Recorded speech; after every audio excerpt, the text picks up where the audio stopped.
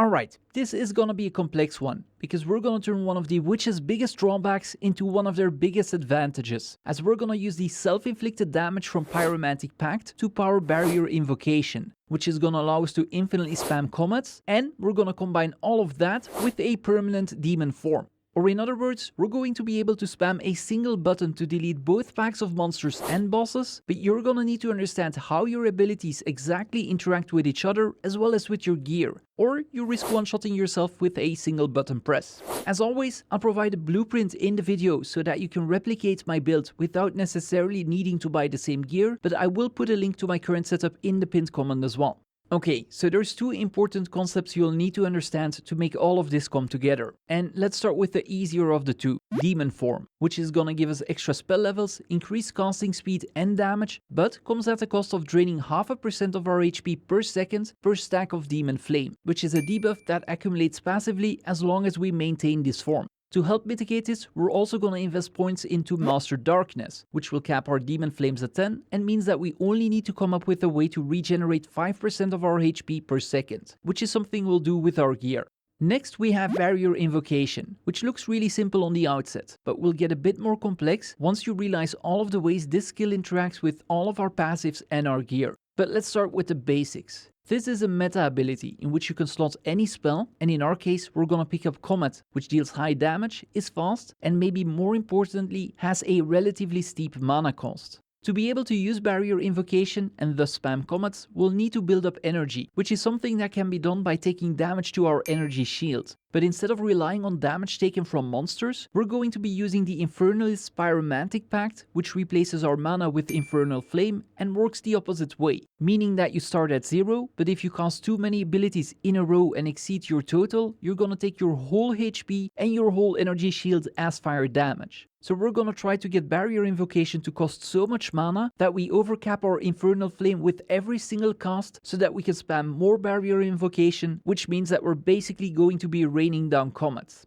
The true challenge of putting this build together will be getting enough mana so that you don't accidentally one-shot yourself, while also not having too much of it so that you prevent Barrier Invocation from building up. Deciding how much mana you exactly need is actually relatively simple. Look at the mana cost of Comet, triple that value and be just below that number. The reason for this number is that you'll want to trigger Pyromantic Pact with every single cast of Barrier Invocation, and we're gonna significantly increase the cost by adding Spell Echo, which will add a 150% cost modifier and will also cost a second Comet, as well as Capacitor, which is going to allow Barrier Invocation to stack up to 3 times. So in reality, you're gonna be casting 2, 4 or even 6 Comets with every single button press. Right now, my Infernal Flame is a bit too high and might actually not always trigger Pyromantic Pact if I only cast 2 Comets. But this happens rarely enough to not really bother me and can actually easily be fixed by casting another spell in between. This only happens once, maybe twice in a map, if it even happens at all by the way.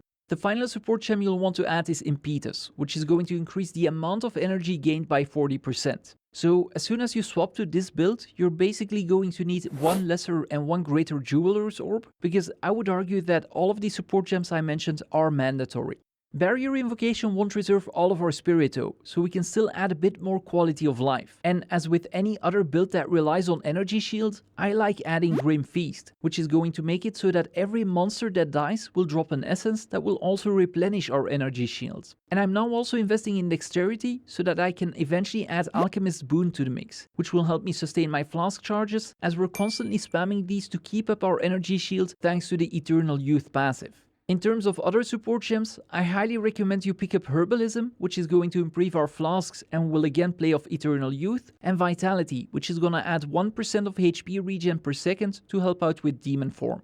Now, you're gonna need one more ability to activate Barrier Invocation every time you spawn into a new map, as you will always start at 0 energy. And for that, I like to pick Hypothermia, which is a curse that lowers cold resistance, but more importantly, has a very high mana cost, which we can increase even further by adding some support gems. If you found that right balance between the cost of your Comet and your mana, you should only cast Hypothermia a single time at the start of the run, by the way. I also still have Frostbomb on my bar, which is technically nice to use on bosses because it inflicts cold exposure, but I rarely use it if ever, and it's more of a remnant of trying to level with his build, as I made a mistake of swapping from minions to this at level 42, which was way too early. In an ideal scenario, I'd probably recommend you trying this once you hit level 60, maybe 65, or whenever you can clear the second trial of the Sekemas. Normally I would discuss gear next, but our passives are gonna have such an impact on what pieces to pick up that it's better that we go over those first. The good news is that they're relatively straightforward, as there's only a couple of high target nodes you want to work towards, and you already know which ascendancy nodes we have because we're locked into Demon Form and Pyromantic Pact. The first clusters you want to target are the ones that will increase energy gained for Barrier Invocation and Comet's damage, which both are on the way to Eternal Youth, which is a passive that will make your Life Flask apply to your energy shield instead of your HP, and is very close to another cluster that will give you a chance to not consume flask charges. Once you get those, you're going to want to work your way over to the complete opposite side of the tree and get Zealot's Oath, which will cause any excess life regen to apply to your energy shield and will make sustaining damage you take from Pyromantic Pact a bit easier. Near that node, you can also find Fireproof, which will reduce the effectiveness of Ignite on you, and is another part in further reducing the damage we will inflict on ourselves. My next target is now picking up Prism Guard and the 2 nearby nodes that increase my maximum fire resistance, which again will help mitigating damage. Now on your way to any of these nodes, you're going to want to target any node that will increase your maximum energy shield, reduce your HP even further, and Glazed Flesh, which will help you recoup energy shield based on the damage you take. I did try out Life Recoup as well, but it's counted differently in the stats window, so I don't think it interacts with Zealot's Oath, sadly. I do also have Hard to Kill, which is arguably a must-have and can be put on your amulet by combining 2 distilled gills and greeds which drop from deliriums. Okay, so hopefully all of this gives you a better idea of what gear we're gonna shoot for. As with any other build, you're going to want to cap your elemental resistances, and in our case, capping fire is non-negotiable. You're also going to want to get your energy shield as high as possible without getting it so high that you can't sustain the damage from Pyromantic Pact through flasks and regen. Because again, the damage taken scales off of your total HP and energy shield. So like your mana, you're gonna have some balancing to do, although this time you have a bit more leeway. As for specific stats, your utmost priority is mitigating the life drain from Demon Form, which is only 5% of your total HP.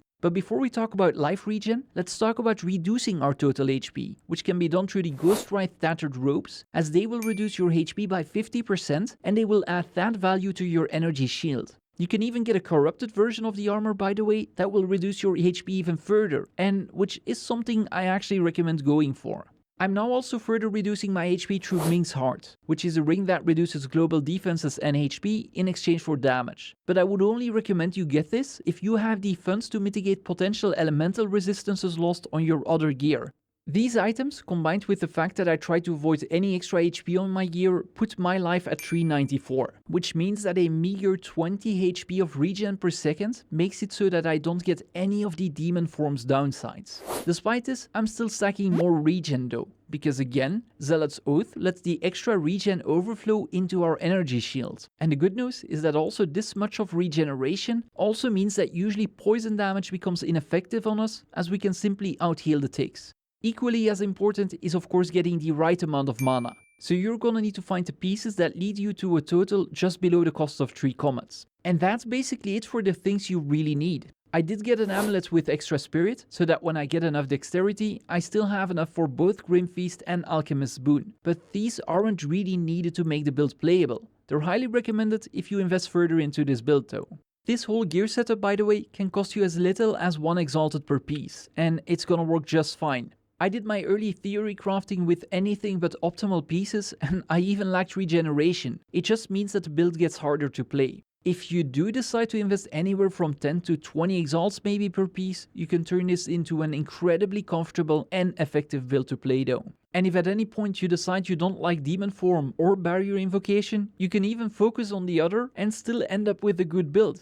Demon Form works extremely well with Blasphemy and Hex Blast, as well as with Solar Flare and Flame Blast. And if you only want to take Barrier Invocation, you could maybe instead build an incredibly tanky build that still puts out respectable damage. As anyway, if you have any questions, leave them down below, and make sure you also check out my other build guides. I've already covered 3 other ascendancies, and the goal is to do all 12 eventually.